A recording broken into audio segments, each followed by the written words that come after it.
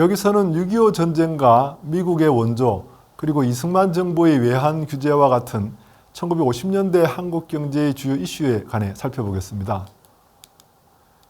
6.25 전쟁은 소련과 중국의 지원 아래 북한의 한국 침략으로 시작되었고, 이에 대해 미국을 비롯한 유엔군이 참전하여 맞섰고, 거기에 다시 중국이 참전해서 싸운 전쟁입니다.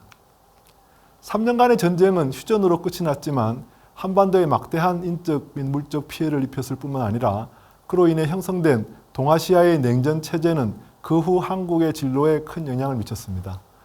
인적 피해만을 간단히 언급하면 전쟁으로 인한 한국군 사망자 수는 약 14만 명이고 부상자와 실종자를 합치면 62만 명에 달합니다. 16개국에 참전한 유엔군의 사망자 수는 3만 8천 명, 부상자 수를 합치면 15만 명이며 그중 미군이 3만 4천 명에 달했습니다. 민간인의 사망자 및 학살자 수는 37만 명이고 부상자 수를 합치면 99만 명에 이릅니다. 북한군의 사망자 수는 자료에 따라 차이가 있지만 50만 명이 넘는 것으로 추정되며 중공군의 사망자 수는 15만 명, 부상자 수를 합치면 97만 명에 달했습니다.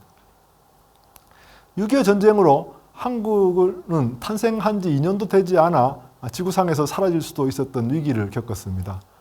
휴전으로 이러한 우려가 불식될 수 있었던 것은 아니었으므로 한국의 안보를 확고히 보장할 수 있는 장치가 불가결하였습니다.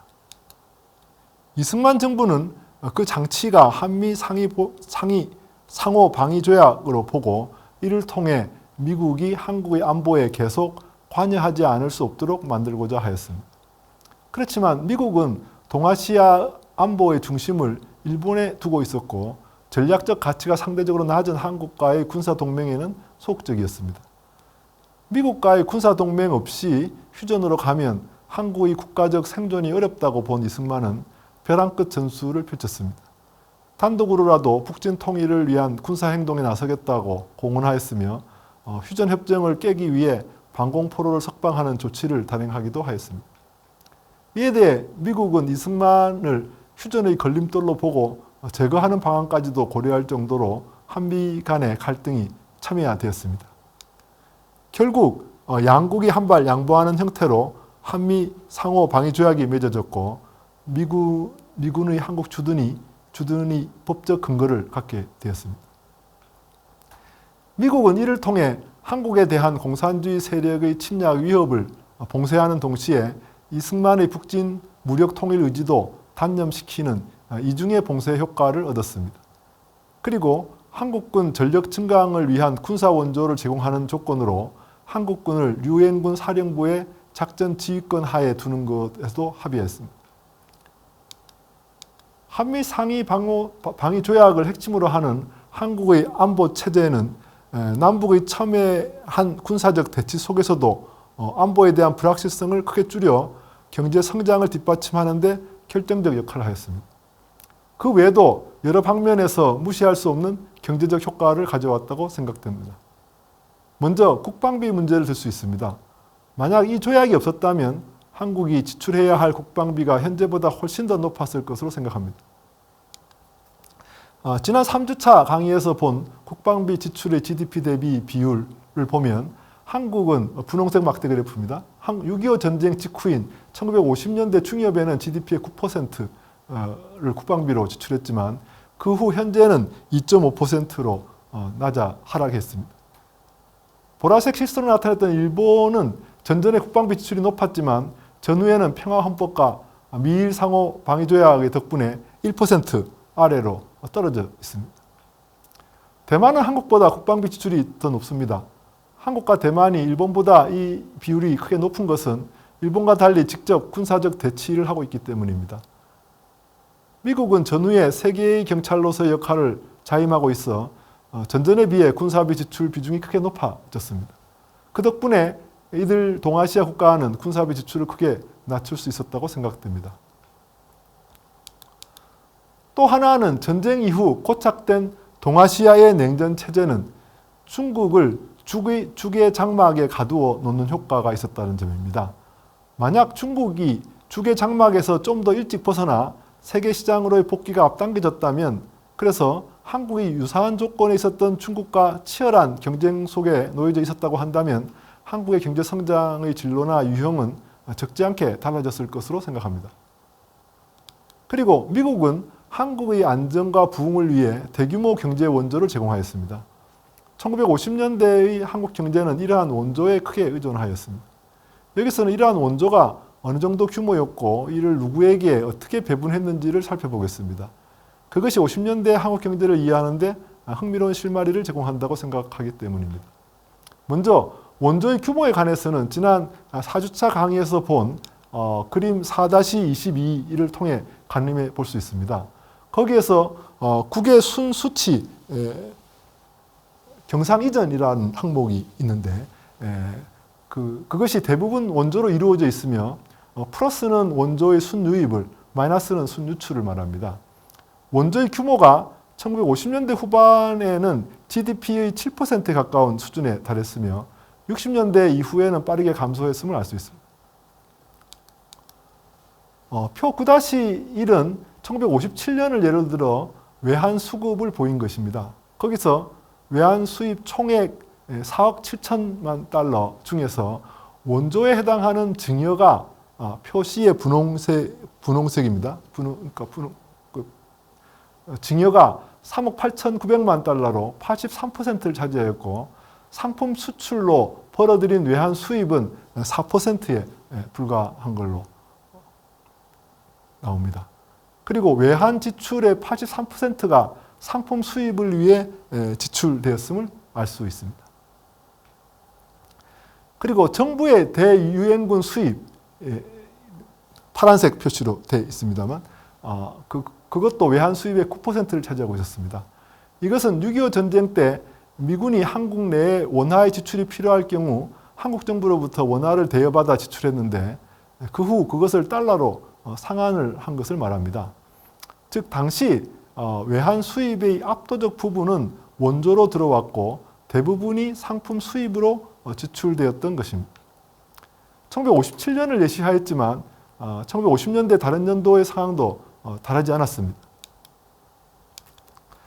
1950년대에는 또한 정부가 외환시장에 개입하고 복수환율 제도가 시행되었다는 점에서 다른 시기와 뚜렷이 구별됩니다. 당시 환율에는 정부 간 외환의 거래에 적용되는 공정환율 이외에 민간의 거래에서 형성되는 시장환율 등이 있습니다. 여기에 주목되는 것은 정부가 민간에게 외환을 배정할 때 적용한 환율입니다. 예컨대 원조물자를 도입하기 위한 원조자금을 민간에 배정할 경우 배정받은 자는 그에 상응하는 원화대금을 납부하게 되는데 이때 적용되는 환율을 대충자금 환율이라고 합니다. 이렇게 납부된 원화대금은 대충자금으로서 적립되어 정부 예산으로 쓰였는데 당시 예산에서 대충자금이 큰 비중을 차지하고 있었습니다. 원조 중에서 무상으로 배분되는 구호물자가 있지만 그 비중은 작았고 대부분 원화대금의 납부가 요구되었습니다. 그런데 이 대충자금 환율은 공정환율을 그대로 적용하는 경우도 있지만 세금을 부과하거나 공매를 거쳐 배정할 경우에는 외환을 배정받은 자가 실제 부담하는 환율은 공정환율보다 높아지게 됩니다. 그림 9-5는 공정환율과 암시장 시세를 보여주는 시장환율의 추이를 제시하였습니다. 공정환율은 남색 실선으로 되어 있는 공정환율은 일정 수준을 유지하다가 계단식으로 상승하는 양상을 보였습니다.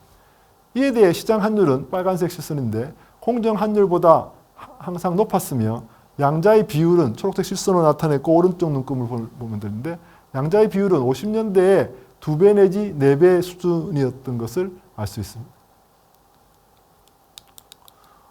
공정환율은 53년과 55년에 대폭 인상되어 시장환율과의 갭을 줄였지만 얼마 되지 않아 다시 벌어지는 양상이 반복되었습니다.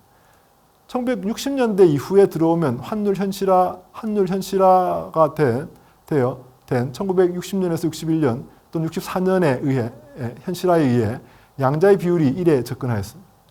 이러한 환율 동향의 배후에는 공정환율을 낮게 억누르고자 했던 이승만 정부와 환율의 가격 기능을 회복하고자 했던 미국과의 갈등이 놓여져 있었습니다.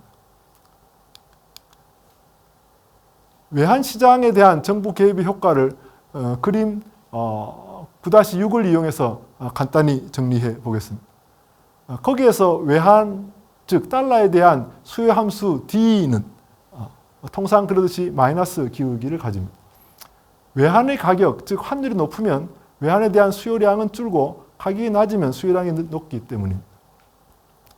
이에 비해 외환의 공급 S는 수직선으로 그렸습니다. 그것은 1950년대 외환 공급이 대부분 미국의 원조에 의한 것인데 한국의 환율 수준과는 무관하게 결정되기 때문입니다. 만약 정부의 개입이 없었다면 외환의 공급 곡선과 수요 곡선이 만나는 이완의 균형 환율 수준이었을 것입니다. 그런데 1950년대 이승만 정부는 공정 환율을 E2의 어떤 그 수준으로 낮게 유지하고자 하였습니다.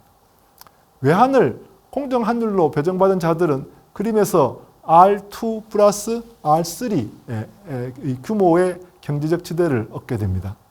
이것은 당시 은폐 보조라고 불리던 일종의 특혜라고 할 수 있습니다. 공정 환율을 낮게 유지하면 이러한 특혜를 얻기 위해 외환의 초과 수요가 Q2에서 Q1만큼 벌어지게 되는데 외환을 누구에게 어떻게 배정하는가를 정해야 하는데 여기에 정부가 개입하게 됩니다. 미국은 이러한 정부 개입이 정전 유착을 낳고 외환을 비효율적으로 낭비하게 될 것으로 우려했고 공정환율 E2를 그러니까 시장 환율인 E1에 접근시킬 것을 요구하였습니다. 이에 대응하여 이승만 정부는 원조 달러를 민간에 배정할 때 공정환율, 전술한 대충자금 환율입니다만 공정환율을 적용하지만 거기에 추가로 외환세를 부과하기도 하고 일부를 공매에 돌리기도 했습니다. 이러한 원조 달러를 배정받은 자가 실제 부담한 환율은 E2에서 알파만큼의 부담이 추가되게 됩니다.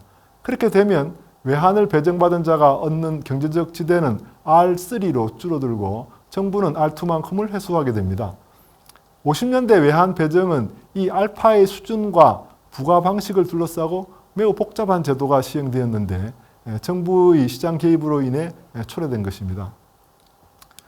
그러면 이 시기에 외환 규제로 인해서 창출된 경제적 지대가 어느 규모였는지 추정해 볼 수 있습니다. 공정 환율과 시장 환율의 갭은 E1에서 E2를 그러니까 그 차이에다가 원조 도입액을 곱해서 구할 수 있습니다. 즉 R2 플러스 R3는 시장 환율에서 공정 환율을 뺀 거에다가 원조 도입액을 곱하는 것이 됩니다. 이것은 GDP 대비 비율로 보인 것이 그 다음 이 빨간색으로 되어 있는 부분입니다. 1950년대 10%가 넘는 수준임을 알 수 있습니다. 그런데 여기에 정부가 회수한 부분 R2가 포함되어 있어 이를 빼줄 필요가 있습니다. 자료상 R2를 추정하기 어려운데 다행히 1959년에서 60년 경우에는 공정환율을 넘는 추가 부담인 알파가 모두 외환특별세라는 형태로 부과되었기 때문에 그 규모를 재정 통계를 이용해서 파악할 수 있습니다. 이를 공제한 경제적 지대 R2의 GDP 대 비율은 구해보면 1959년과 60년에는 제시되어 있는데 7 내지 8%로 나왔습니다. 그래프에서 남색 작은 실선으로 제시되어 있는 것은 R2 플러스 R3에 비해 줄어든 걸로 나왔습니다. 50년대 이승만 정부는 외환시장에 개입해서 이와 유사한 규모의 경제적 지대를 창출해서 배정하였다고 할 수 있습니다. 61년 이후에는 단일 변동 환율 제도를 이행하게 되면서 이러한 지대 창출은 더 이상 어렵게 됩니다. 이승만 정부가 미국의 반대를 무릅쓰고 외환시장 개입에 집착한 것은 이를 산업정책의 수단으로 활용하고자 했기 때문입니다. 당시 정부는 수입에 의존했던 공산품의 국내 생산을 서둘러 수입 대체를 추진하고자 했지만 그를 위한 마땅한 수단이 없었습니다. 미국은 원조 물자의 원화 대금인 대충자금을 한국은행으로부터 정부 차입금 상환에 우선 사용할 것을 요구했는데 그것은 증발된 통화를 회수해서 인플레이션을 진정시키기 위한 것이었습니다. 이에 대해 이승만 정부는 경제의 안정화보다는 경제 부흥이나 자립경제 건설을 우선하였고 원조 자금을 그 수단으로 활용하고자 하였습니다. 그러면 이렇게 창출된 경제적 지대, 즉 정부 규제로 저렴해진 외환은 누구에게 배정되었을까요? 원조 자금을 배정하는 절차를 보면 실수요자용과 민수용으로 나누고 전자, 즉 실수요자에게는 공정환율을 적용하였지만 민수용에서는 공매로 배정하였습니다. 여기서 실수요자란 원자재를 최종 소비하는 생산업자를 말하는데 예컨대 원면의 경우라고 한다면 방적 설비를 가지고 있는 생산업자가 실수요자가 됩니다. 그런데 실수요자라고 해서 공매 대상에서 제외하는 것은 특혜다라는 비판을 받았으며 미국의 요구로 점차 공매 방식으로 바뀌어갔습니다. 그렇지만 그 경우에도 공매에 참여하는 자격을 제한하거나 실수요자에게 우선 배정하는 방법으로 그들을 우대하는 정책을 계속 견지하였습니다. 이승만 정부의 이러한 정책은 경공업의 수입 대체 공업화 지향을 보여주는 것인데 미국의 동북아 전략과도 충돌하는 면이 있습니다. 예컨대 미국은 한국의 공여한 원조 달러를 이용해서 일본의 공산품을 구매하게 되면 한 번의 원조로 두 나라 모두를 지원하는 효과를 가질 것으로 기대하였습니다. 이들 지역에 이미 형성된 분업관계에 비추어 그러한 기대는 경제 원리에 부합하는 것이었지만 이승만 정부는 이를 완강히 거부했습니다. 그렇게 되면 과거 식민지 경제로 복귀하는 것과 다름이 없다고 보았기 때문입니다. 그 대안이 자립경제를 위한 경공업의 수입대체 공업화였고 이를 위해 설비를 가진 실수요자를 지원하고자 하였던 것입니다. 이승만 정부의 이러한 외환 규제를 통한 지대의 창출과 배분은 얼마나 효율적이었을까요? 생산 설비를 가지고 있는 자들에게 저렴한 가격으로 원자재를 입수할 수 있게 하였기 때문에 공업 생산이 빠르게 늘어났습니다. 강공업의 비중은 1953년에서 60년 사이에 8.9%에서 14.5%로 늘어났는데 국내 시장이 보호되고 있었던 상황에서 전후 부흥기에 공산품에 대한 수요가 빠르게 늘어났기 때문입니다. 다만 경제적 지대가 효율적으로 배분되었는지는 의문입니다. 실수요자를 우대하는 지대 배분 방식은 설비를 가진 기존 업자에게 유리하지만 잠재적 생산 후보자를 배제하게 되고 또한 기존의 생산업자 간에도 효율성의 우열을 가리기 어려웠기 때문입니다. 그 결과 경쟁의 범위가 좁아졌고 공매 시에 업자 간의 담합이 빈번하게 이루어졌습니다. 외환 규제로 환율의 가격 기능이 상실되었고 이를 대신하는 경제적 지대의 배분 기준도 명확하지 않았기 때문에 외환이 효율적으로 쓰이기는 어려웠을 것으로 생각합니다. 그리고 고도 성장기에 한국이 일본과 미국을 아우르면서 수출 지향적 공업화가 추진되었던 것과 달리 이승만 정부는 일본을 배제함으로써 국제 분업의 이득을 온전히 누리지 못했습니다.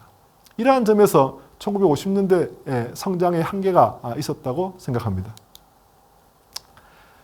이제 이번 주 강의를 마무리하겠습니다. 그림 9-8을 이용하여 체제 전환과 제도적 유사안의 큰 흐름을 정리해 두고자 합니다. 식민지 경제의 제도적 유사안을 논할 때 식민지기를 전시 이전과 전시로 구분하는 것이 필요하고 남한과 북한이 계승한 제도가 달랐음을 고려할 필요가 있습니다. 그림은 합병과 중일전쟁을 계기로 그 이전과 이후의 체제가 달랐다는 점과 해방 후 남한과 북한이 각기 계승한 제도의 차이가 있다는 점을 보이고 있습니다. 먼저 식민지 경제는 일본으로부터 시장경제 제도가 이식되고 일본 제국의 지역통합체제에 편입되었습니다. 이것은 조선 후기 경제체제의 단절을 의미합니다. 여기에 각 체제는 네모로 나타냈고 그 단절과 연속 여부는 색깔로 구분하였습니다. 이 시기 조선 경제는 독자의 통화나 환율, 무역과 관세 제도를 갖지 못했고 따라서 이를 수단으로 활용하는 산업정책은 허용되지 않았습니다. 그런데 중일전쟁 이후는 경제에 대한 통제가 급속히 강화되기 시작하였습니다. 전시법령을 발동하여 물자와 자금, 나아가 노동력이 전쟁의 수행을 위해 동원되었습니다. 시장이 부분적으로 계획이나 통제로 대체되었고 소유권과 계약 및 영업의 자유와 같이 시장 경제를 뒷받침해왔던 제도에 커다란 제약이 가해졌습니다. 그 결과 전시는 그 이전의 시장 경제와는 상당히 다른 통제 경제 체제로 이행하였습니다. 해방 후 북한은 식민지기에 시행되었던 법령을 모두 폐지하였다는 점에서 남한과 달리 법적 단절이 뚜렷합니다. 그렇지만 경제 체제 면에서 보면 전시 통제를 계승 또는 강화한 것으로 나타납니다. 전시 민간 기업에 대한 통제는 해방 후 주요 산업의 국유화로까지 나아갔고 시장 경제가 부분적으로 허용되었지만 농업이나 강공업의 증산과 가격 안정을 위한 통제는 전시와 변함이 없이 지속되었습니다. 전쟁 때문이든 사회주의적 이념 때문이든 경제의 조직 원리로서 시장과 사유재산 제도에 대한 제약 또는 부정은 경제의 운영을 통제에 의존하게 하지 않을 수 없게 만듭니다. 두 시기는 정치적으로는 이질적인 체제임에도 불구하고 연속되는 것으로 본 것은 그 때문입니다. 이에 대해 해방 후 한국은 전시 통제에서 시장 경제로 복귀하고자 하였는데 그 과정에서 중일전쟁 이전의 법 제도와 시장 경제 체제를 제도적 유산으로 계승하였습니다. 그 점이 그림에서 보는 바와 같이 북한과의 결정적 차이라고 할 수 있습니다. 이때 식민지기 조선이 편입되어 있었던 지역통합 체제가 붕괴되고 한국의 경제 주권이 회복되었습니다. 다만 그 과정에서 인플레가 급속히 진행되고 개방으로부터 후퇴를 초래하기도 하였습니다. 해방으로 헌법이 제정되고 독립국가가 수립된 것이나 일본인이 남겨놓은 귀속재산이 민간에 불화되었고 농지개혁으로 토지를 둘러싼 오랜 개혁 갈등이 마침내 해소된 것은 식민지기와 해방 후의 단절을 보여줍니다. 한편 전시 통제 체제의 경험은 해방 후 남한에도 산업정책의 추진이라는 형태로 영향을 남겼습니다. 즉 전시에 강화된 정부 개입은 시장체제로의 복귀에도 불구하고 해방 후에도 일부 지속되었는데 자립경제의 추구라는 민족주의적인 이데올로기가 이를 정당화하였습니다. 이승만 정부와 후술하는 박정희 정부는 각각 외환시장과 금융시장에 대한 개입을 지렛대로 해서 수입대체 공업화를 위한 산업정책을 추진하였습니다. 그렇지만 50년대 전쟁과 분단 또는 체제 전환에 따른 혼란이 충분히 수습되지 못했고 낮은 저축률과 투자율, 정부의 비효율적인 개입, 개방체제의 후퇴, 일본을 배제함으로써 국제 분업의 이득을 온전히 누리지 못한 점 등으로 인해 경제적 성과가 상대적으로 낮았습니다. 지금까지 한국경제성장사 9번째 강의로 해방, 분단, 전쟁과 원조경제에 관해 살펴보았습니다. 다음 강의는 고도경제성장이라는 주제로 진행하겠습니다. 감사합니다.